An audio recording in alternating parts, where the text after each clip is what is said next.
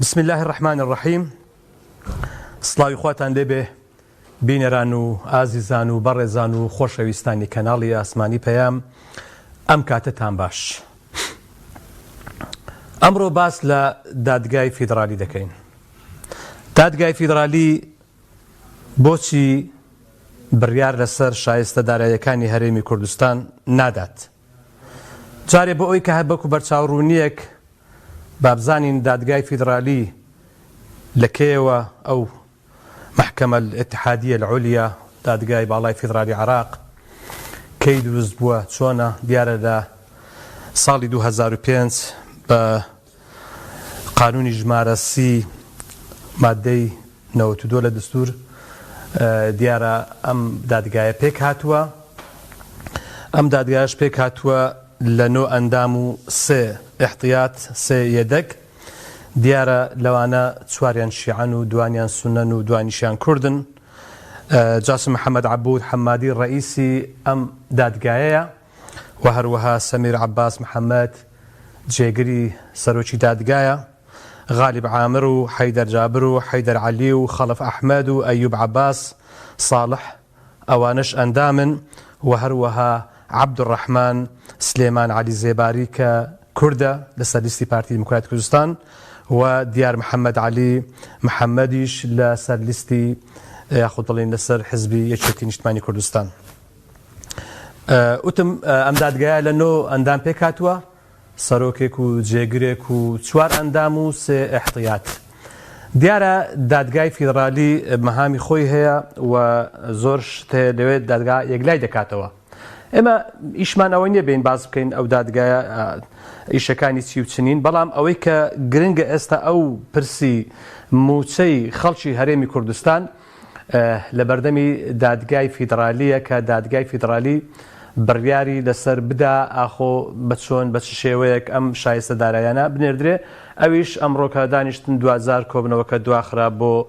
18 شوبات. بۆچی ئێمە لە کوردستان وامان لێ هات کە ڕۆژانێک باسمان لە سربەخۆیی دەکرد، ڕۆژانێک لاف و بێزافی دارایی سربەخۆمان لێ دەدا، بەڵام ئێستا کە وامان لێ هاتووە ڕۆژانە وەفد و شان دەنێرین بۆ بەغدا و دەپاڕێنەوە لێیان و دەڵێن کە کێشە و گرفتەکانی موچەخۆرانی ئێمە چارەسەر بکەین. ئەگەر دەڵێن بە موچەمان دەوێت، دەڵێن موچەتان لای بەغدایە. ئەگەر بڵێن موچە دەبێت بەغداد دابەشیکە بۆ سەر فەرمانبەران، دەڵێن نادەبێت حکومەتی هەرێم دابەشی بکە. ئێستا گرنگ نییە چێ دابەشی دەکات، گرنگ ئەوەیە خەڵک دەیەوێت بەڕاستی موچەی هەبێ، خەڵک دەیەوێت خزمەتگوزاری هەبێ. یعنی وەکو ئەوەمان لێ هاتووە، خەڵکەکە ئێستا وای لێ هاتووە، دەڵێ ڕۆژێک مامۆستایەک بە قوتابیەکانی پرسی، وتی چی حەز دەکات بچێتە بەهەشت؟ وتی هەموو دەستیان بەرز کردەوە. وتی تەنها قوتابیەک دەستی بەرز نەکردەوە. وتی چی حەز دەکات هەرگیز نەچێتە جەهەنەم؟ هەموو دەستیان بەرز کردەوە، بەس قوتابیەکیان ماوە، هەر ئەو قوتابیە دەستی بەرز نەکردەوە.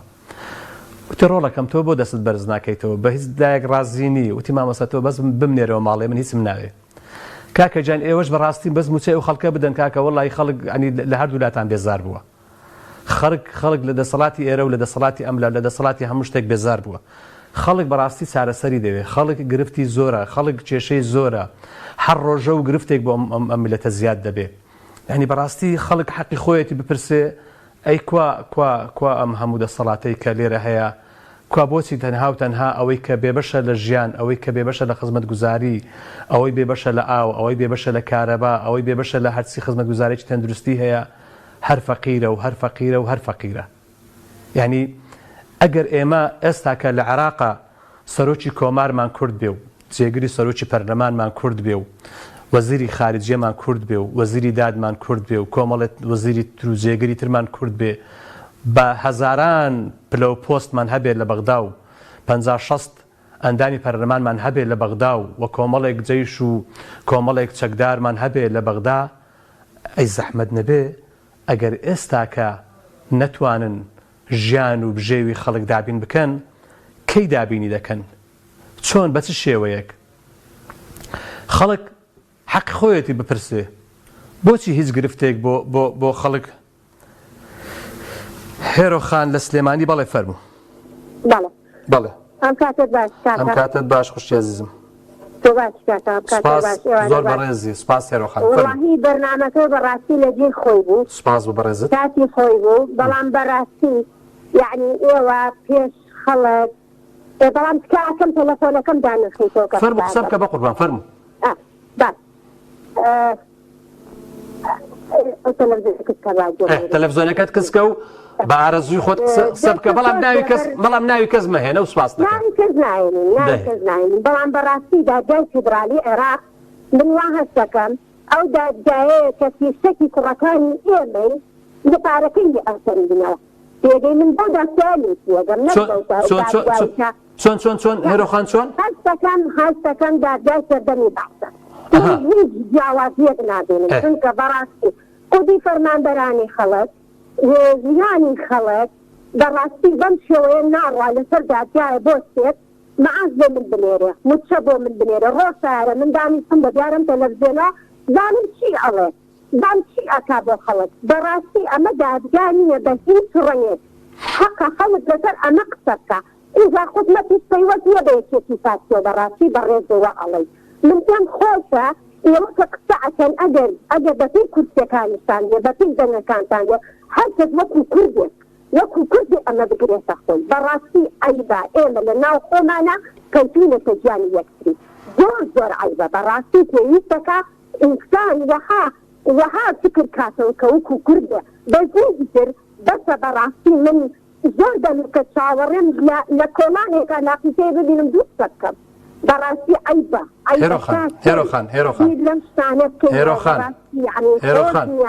ئێوە کار بکەن بۆ ئەوەی کە پێکەوە ژیان بێ لەم وڵاتە یعنی بەڕاستی شتەکان گەیشتونە تەقیما یعنی هێرۆخان گوێت لە منە ماڵەکان بوون بە دوو بەشەوە وای لێ هاتۆ دنیا یعنی نازانم ماڵەکان هەریان نەوەیکەڵێن ئێوە ڕاگەیاندنن بەڕاستی ئەبێ ڕۆڵێکی جوان و جوانێرانە ببینن لە ناو خەڵکە نەک بەڕاستی بەم شێوازە هەر یەک بەنایەکدا ئەتاشێ ئەمە چۆن ئەبێ یعنی بەڕاستی ئەوەی دادگای فیدرالی من سەردەمی ئەمسال کراون والله العظيم ئەم ژیانم زۆر پێ خۆشترە لەو ژیانی کە حکومەتی عێراقی دەست بەسەر منا بکرێت. هێرۆخان گوێ لە برای خۆت بگرە. هێرۆخان تۆ خوشی عزیزی ئێمەی هەر شتێک بڵێ دەیخەینە سەر و سەرچاومان بەڵام ئێمە یعنی بڕوات هەبێ ئەو کاتە بەڕاستی خۆشبەخت دەبین کە هەمومان یەک بین برابین دۆست بین ڕێک بین بەڵام ئەمە بەچێ دەکرێت ئەمە بەدەسەڵات دەکرێت. مامۆستا عەلی باسیر تەلەفۆن بۆ سەرۆک بارزانیەکە ئەمە ڕێگای دەست خۆشی دەکەین یعنی بەڕاستی لە هەنێک شتا ئینسان ئەبێ ئاوایە گرتوو بن بەڕاستی ناکرێت بەو شێوازە یعنی بەسە ئیتریەک شکاندن بەسە گەیشتۆتە بینەکەخەمان خۆمان کەم بنایی باوەڕکەم من وان لێ هاتووی نابارانەکەم پێسەر بۆ لەمە. هێرۆخان ئەو دادگای فیدرالیەی کە جەنابت باسی دەکەی دوو ئەندامی تایە یەکیان یەکێتیە و یەکیان پارتیە. بەڕێزەکەم باەکێکی پارتی جابێ باوەڕ بکە باوەڕ کە قسە یێرە و دەگای دەرەوە ئێمە ناڕوە بە قوربانی چاوبە قسە ناڕوە یعنی وای لێ هاتوو بەڕاستی کەس چۆن لە هیچ کەس ناگرێ یعنی یەکێکی پارتی چیان پێگرگە پێیان بکرێدایە ئێمە ڕۆژمان دەم ڕۆژە نەئەگەین ئێمە ڕۆژانێک بۆ ئەمان گۆڕی بە سەڵە ڕێزان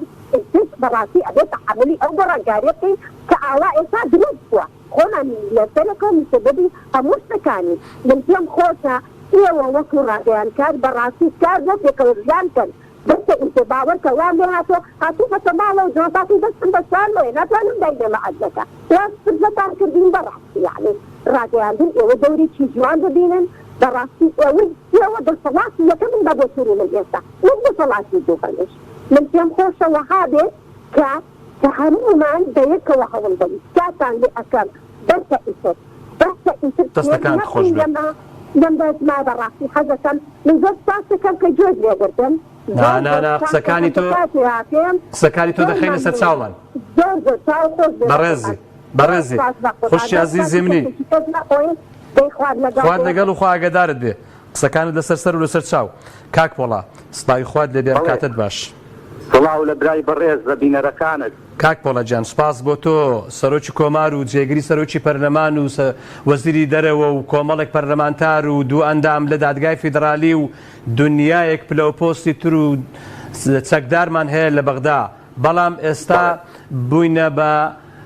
یاری دەستی نێوان دەسەڵاتی هەرێم و ئەم دادگای فیدرالیە و ئەم سیاسەتمەدارانی عێراق کە ئەو حاڵ و وەزعمانە ئەوە موچەمانە ئەوە ژیانمانە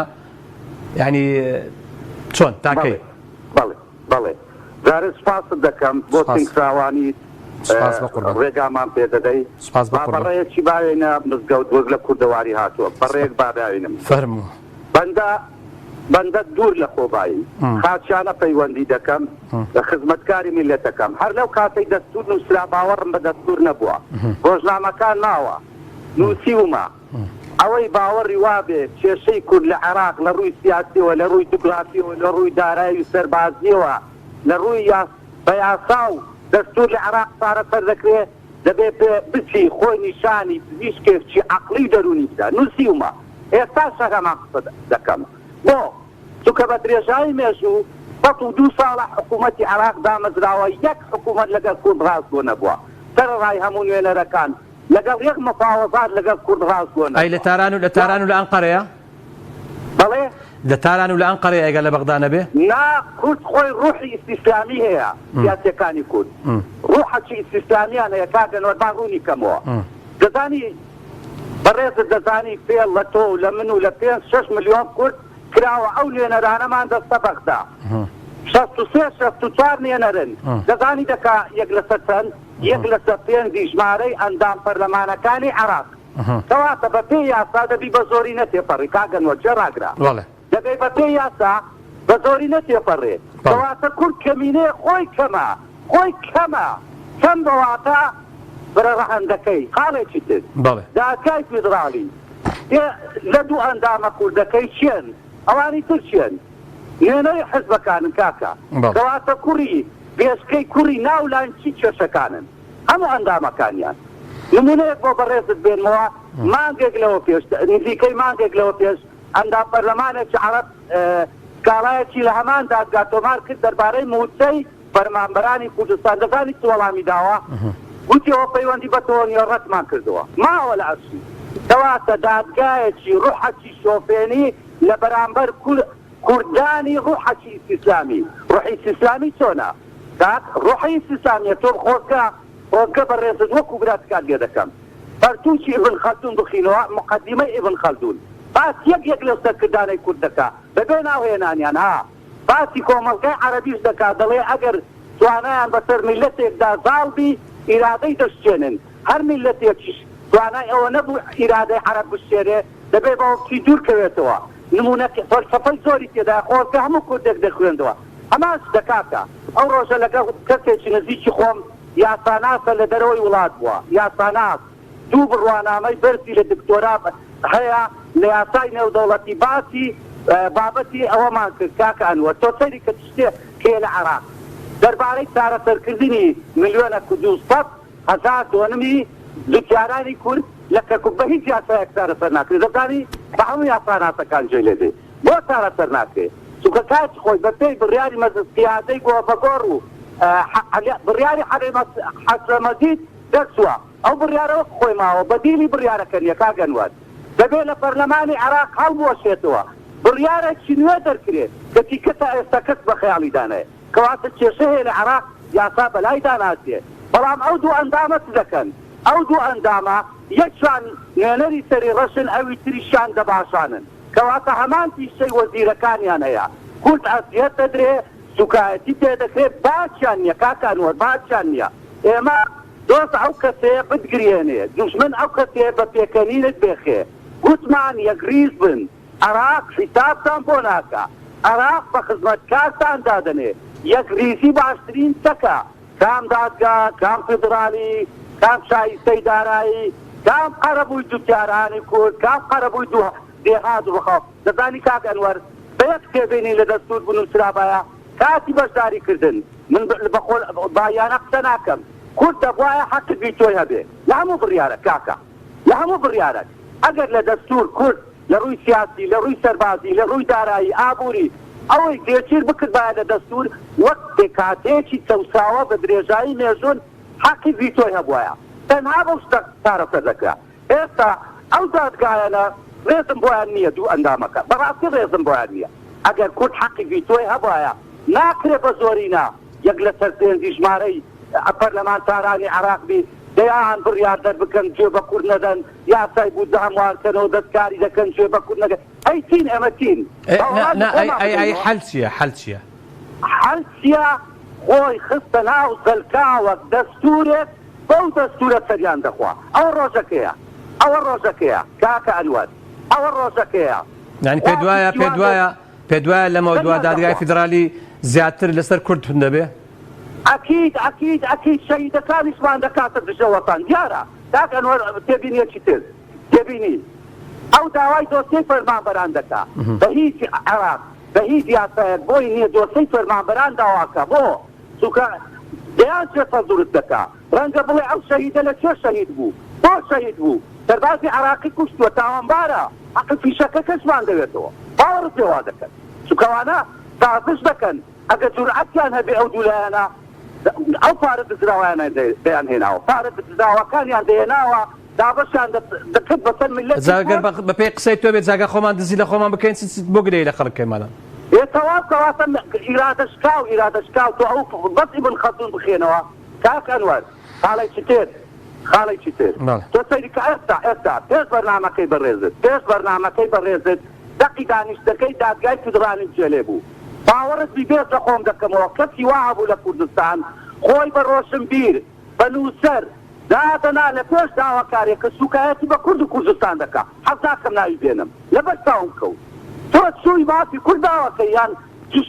دشی یەکێتی دشی پارتی ئەخە تۆ دشی کورد دشی فەرمانبەران مەبە ئەوانە کێشەی خۆیان یەکلا کردەوە نەتەرانی یەکێتی نەتەرانی پارتی هیچ کێشەیەکیان نیە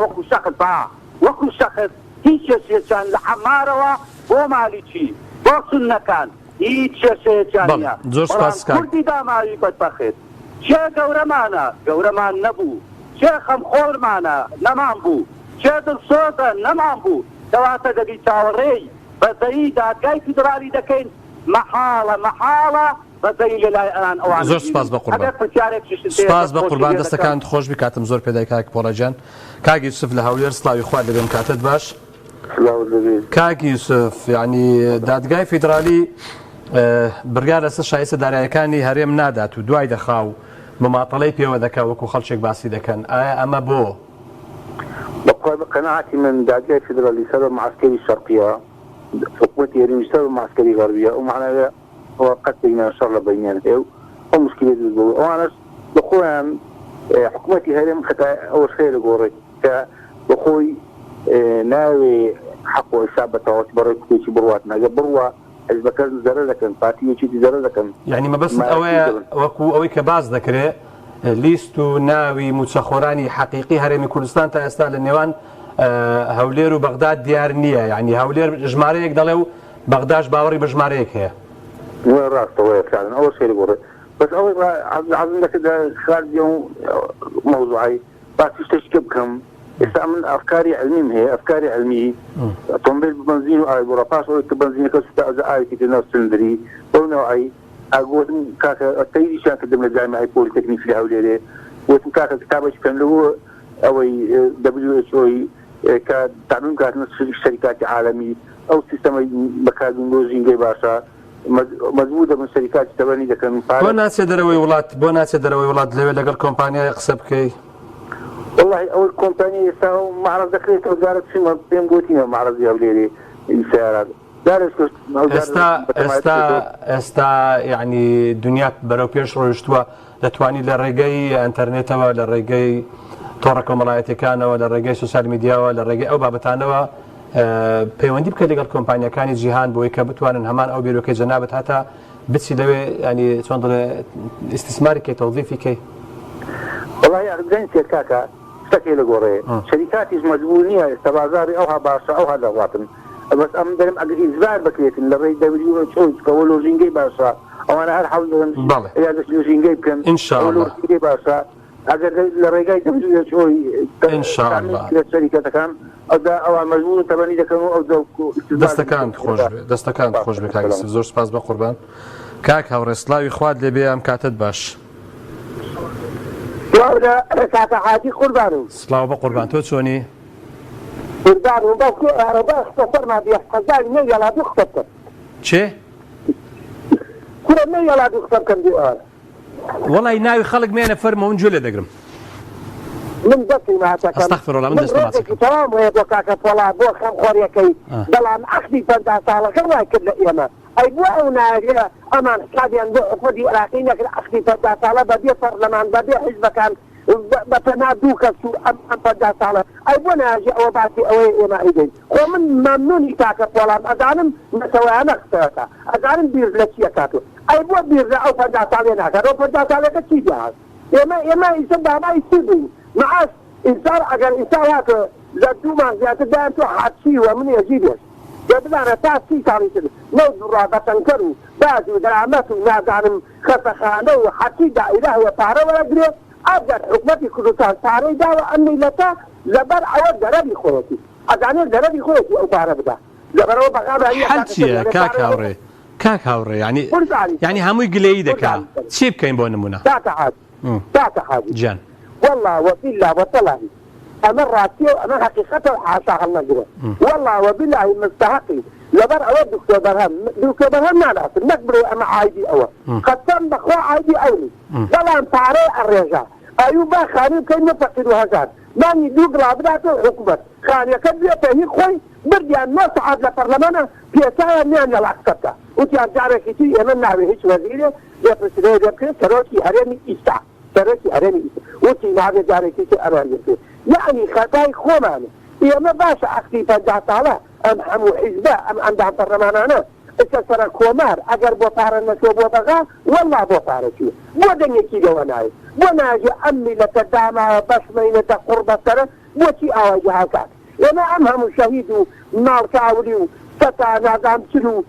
نعبي بنجاو هسو ستا حابزو حمو هذا تسر معاشكة شهيد أنسان نار كاولي حتى إساتيه أو كان هذا اللي يتحت من زم ذكر ناديتان بدان شين عنده أكد شين من ذكر هات إيما شين مال روي شين بخوائن أرتي يغضى سالتين شيء بالداشة بس قيمة حلما أميلة مسرحاتي خوي كاكا حاجيات يما شين أنتيتي يما تلفونتي تلفوني شكا أقر بايما بسري بايما بسري أخذي فتاة بدي برلمان ناسي بدي حزب سعر ناسي الآن حزب شو يساوي بطلع لي كانت أما غلط أما مثلا بس خوشين هذا كورك بلان بخواش سپاس بە قوربان دەستەکانت خۆش زۆر سپاس بە قوربان دەستەکانت واللهی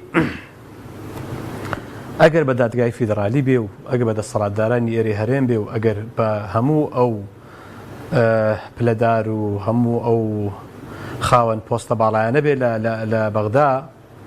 حەقوایە چارەسەری گرفتی شێشەی موچەی خەڵک بکرێ بەڕاستی کە ینی تۆ سیر کە ئێمە لە هەموو ئەم کەم و کوڕیانەی کە هەیە هاتوونە سەر موچەژ نییە کاگە ئەمین سڵاوی خوا دەبێ برا عەلەیکوم السەلام وەرەحمەتوڵڵا وبەرەکات براکەم والله كاكا نور أهم مسألة توجيهها على زورتين القرآن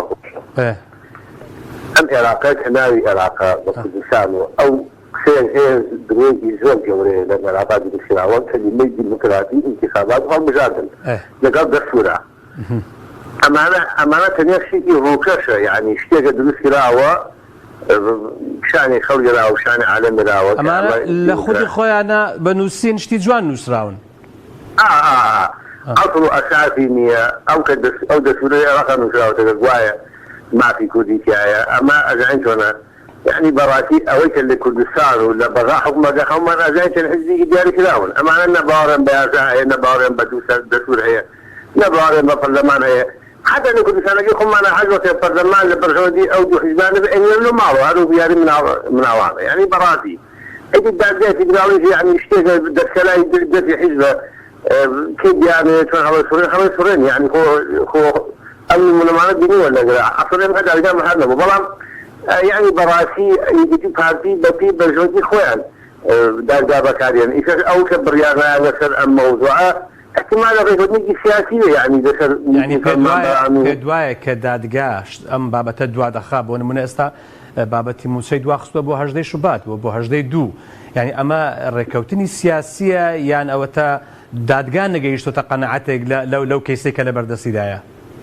والله يعني سياسة جمولات واقع أمولات اللي هذا شيء جوابه لبرواية يعني بريالة كان لدت حزب ولدت دار شو إقليمي يعني براتي احتمال بدل براتي نبي عن بريالة يعني أنتو بيدوايك استأما محكوم ببريالات إقليمي يعني ولاتاني دور بر وخواي باور بي كان أنه العراقين بدلاد وزاروسيا والله حرواية يعني وهو يريد حكاني دسي إلى أنقرة دسي إلى طهران دسي إلى واشنطن دسي إلى هذا ما هو شوان يريد يعني تخو عمان أزعين أمستعنا شوانا سعره كانوا دلونا كانوا بجديد كان أما حمد رخاء أما يعني براتي كيسما لم بينام قربة سنسل يقولوا يمكن كان سري جنيه يعني كان يخوي يقصبوا بحبو صدام حسين ناس عم تيبوا تبي صدام حسين العراق عايزنا جرالي وابو صدام حسين سلام الغلطي بوجني كده طاو دەستەکان خۆش کاگە من زۆر سپاس بە قوربان. باس و بابەتمان ئەوەیە کە ئاخۆ بۆچی دادگای فیدرالی بڕیار لەسەر شایستەداراییەکانی هەرێم نادات. ماوەیە کە دادگای فیدرالی باس و بابەتی موچە ئەو قەزیە لە بەردەستیانە دیارە ئەمڕۆژ دادگا لە کۆبنەوەکانی خۆی جارێکی تر ئەو بابەتەی دواخست بۆ 18 شوبات واتە 18 مانجی داهاتوو 18 مانجی دوو بێگومان دواکەوتنی ئەم بابەتە و قسەکردن لەسەر ئەم بابەتە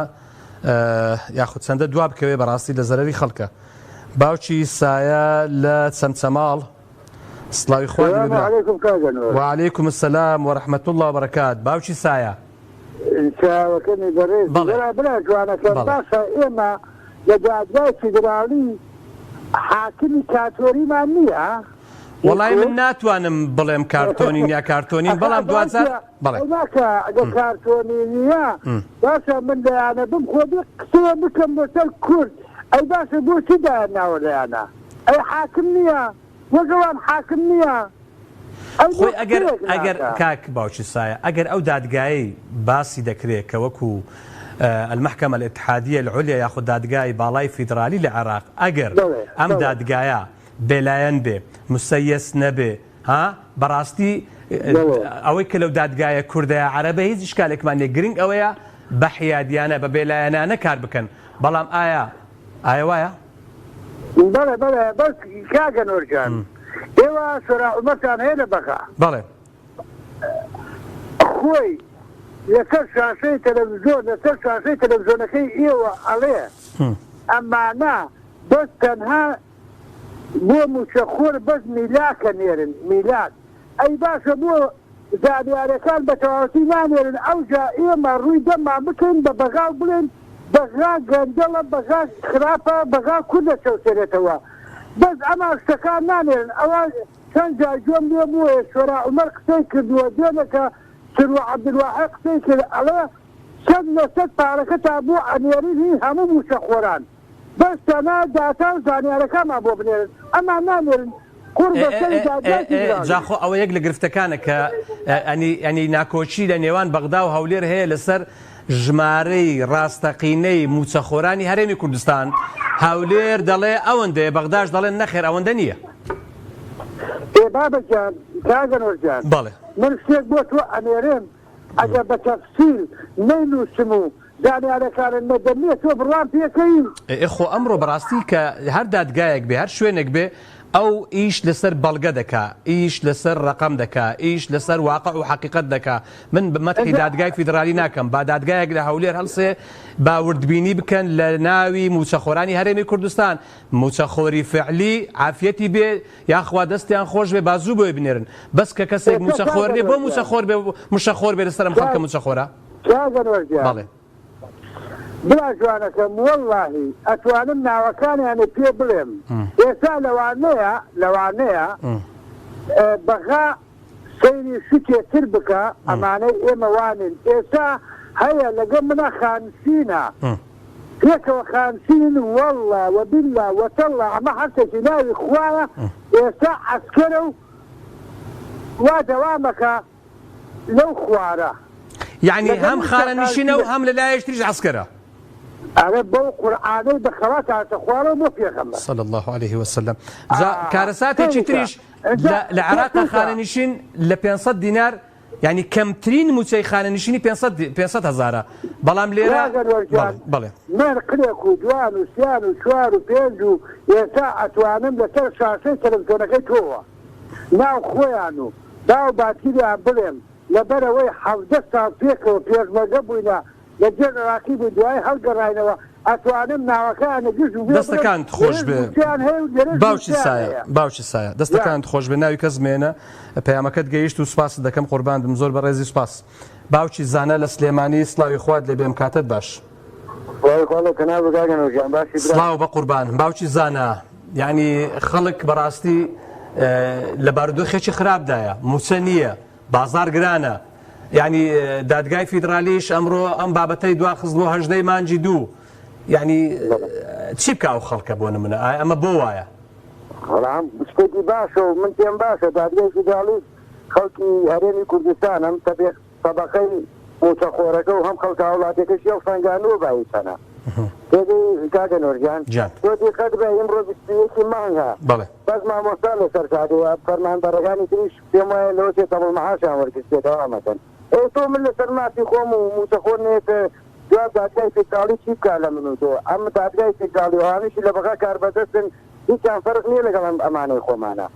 تێدەی لە من ئەمانە وەسێکیان دروست کردووە هەم لە بەغا و هەم لێرە قەیران لە دوای قەیران بۆ شعبی عێراقی تێ فەرقی کورد و عەرەبەکە دروست یەکەن و ئەم وەزعی تێبەن بەڕێوە براخۆ ئەوێ ئەوە نەبێ بڵێ شانی شەریفێ باوەڕم پێ بکە دەستکورەی عەرزە هیچ میلەتێک بەقەر میلەتی کورد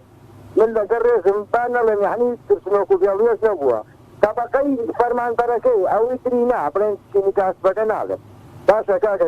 کاکە نۆری تێ بۆ نمونە ئەمڕۆ 21 مانگە مامۆستا چەندێکە لەسەر جادەیە بەڕاگەیان دەکەری ئێوەشەوە ئەو حاڵەکەی وا چوو کردێتەوە نازانم ئێوە چوونەتە 5 سەڵات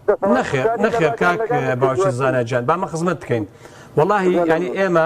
لەگەڵ هەموو داواکاریەکی ئەم خەڵکەین بەڵام ملیۆن حکوومەتی هەرێم دەڵێ ملیۆنێک و 200,000 فەرمانبەر و یاخود موچە خۆرمان هەیە باشە خۆ ئەی بۆچی 200-300 کەسێک لە جادەیە منش ئەماڵێم پرسیارەکە ئەمەیە ڕاگەاندەکانە بێ فۆکس بکەنە سەر ئەوە بۆ نمونە ڕێیسی حیزبەکەی ئێوە و هۆپۆزسیۆن و ئەوانەی کە خۆیان بە خاوەنی ئەم خەڵکە زانۆم قەزەیە زانبێنە سەر خەستوکە مشتێکی گەورەیە ئەمە ئەگەر بۆ دەسەڵات چێتە سەر مامۆستا بچێتەوە پۆلەکانی خوێندن دێن بەخوا بکرێ خراپتر چاوەڕێ بێت ئینشاڵڵا وا نابێ ئینشاڵڵا وا نابێ ئینشاڵڵا مامۆستایان مامۆستا کاکە نۆرمەجانم بێ منەڵەم ئینشاڵڵا خراپتر بێ زۆر لەمە خراپتر بێ 12 مانجارە مەحاسبە لەبەر زانم خەڵکە تێتەوە سەر حەقی خۆی بێ قسە بکە دێگەی کاکە نۆر ئەمە ڕاستیە ئێمە کلەی لە حکومەتی عێراقی بانەکەین کلەی لە خۆمان بکەین برا بە ڕێزەکەم ئەگەر مەجالم بێت تۆ بزانە تۆ تەواڵی چییە کوتن تۆ تێم چاواشەکاریەکە بابا ئێران نەبێ حدود لێدا خەمن و تۆمرین لە پرسا هەر توور نابێت یخۆین توور وان لەشتیتر بێت بەخوا لە سفرێ بەیانیانمان لە سفرێ بەیانیانمان و لە جلو بەرگمان و لە دار و بەردمان هەمووی خواردنی ئێرانیە جاگەر بایکۆت بکرێ یعنی خەڵکی جوانی ئێستا بە شێوازێکتر بیرکاتەوە قسە بکە جا خۆ تورکیا و ئێران هەردووچیان تەقسیریان نەکردو بە میلەتەکە بۆ دەبێ ئەو هەڵاوێردی بکرێت کاگە نۆر لە دوای خوای گەورە ئێمە پاڵپشتی یعنی ئەوەی کە خەڵک ئاوایکە لە ڕەفعاتێکە بەخوا ئێرانە بەخوا ئێران نەبێ ئەوان ئێمە عنی نازانم چی بڵێن ئەوانەی کە باسی بایکۆت دەکەم بڕوا بکە خواردنی ئێرانی هەر ناخۆن هەر نایخۆن جارەکەی فێلاکانیان کە قەسەم بەخوا یەک جێلای ئەوانە بفرۆشن موتی هەموو بەڵێ دەستەکان خۆش باوکی زانە دەستەکان گەورە کردو ئەمانەی تریتر نازانم ئێمە بڵێن چی سپاس بە قوربان سپاس دەستمە تاسلوجا کاک باوکی محەممەد سڵاوی خوا دەبێم کاتت باش زۆر سپاس بە قوربان حواڵتان باشە سپاس بە قوربان سپاس دەستەکانت خۆش بێ کاک باوکی محەممەد حواڵتان چۆنە باشن سپاس چی دەڵێ سەبارەت بەم بارودۆخەی وەزعی بینی بەغدا و هەولێر و بەڵێ وڵی بەغدا و هەولێر باسی شایستەدارایەکانی حکوومەتی هەرێمی کوردستانە بەڵێ موچە خۆران داتا و زانیاریەکانیان ڕاز نییە بەرامبەر بە بەغدا ناسارەکەن ئەو شایستەدارانە تۆ ناشایستەدارەکان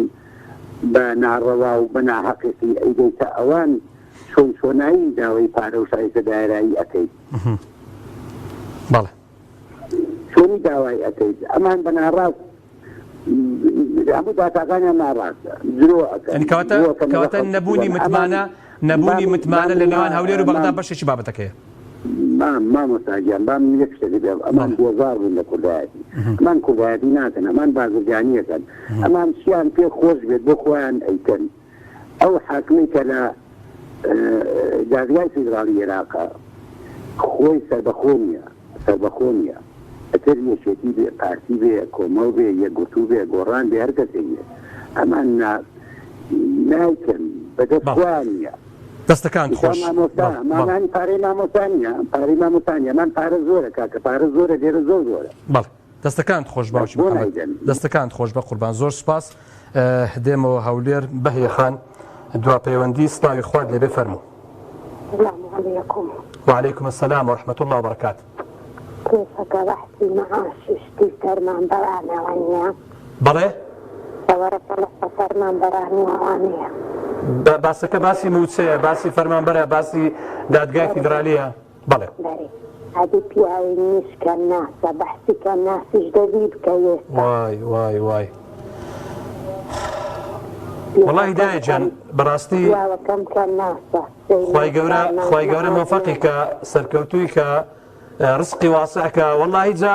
ئەوەی کە موچەی هەیە لە وڵاتە بێ بەشکراوە جا ئەوەی کە موچەی نەبێ هەر هیچ والله كان ناس شو هذه بشكلها هذه الشارواني وزارة الشارواني لو موسي توزعنا كي أدوى مسي من دارم هي بخوض بيا وروش حتى إيوار بيا ومننا أزاد الكورونا نبجريت اللبو كان كدنا والشارع كان أدي أمسلو بشكلها لو معاشي توزعنا كان أدي أمسلو بشكلها بعشها كتثبيت الصخر بري أوجد هنا أو عفرته أو كبرى جني هي أو حالة من جني ماري من داري هي هذه سبخ وقتنا جماعات توزعنا كري إيسا والله سرخت لمعرم داني عاجلي في حسن وابعاتيش حسن بتخوارنا شعاتكم لنا بنيان والله نعم ظالم سكر دعوا على خرج خير خوازكم وارمتين بدان فضاء على راحي خواي دعوة لبخشين كم دعوة لكاد عبد الستار مزيد يكم هاو كارم كم بين الصحة خوايا كيفي رقمي أخشك رقمي مني بديت خواكي هركات مزيد وان هركات مزيد عبد المجيد ستار يار مكنام بدا يعني كمال بخشين يعني تستغلي خوايا أدونا دەست خۆش دایە جان خوا ئاگادارت بێ بەڕێزان خواتان لەگەڵ خوا ئاگادارتان بێ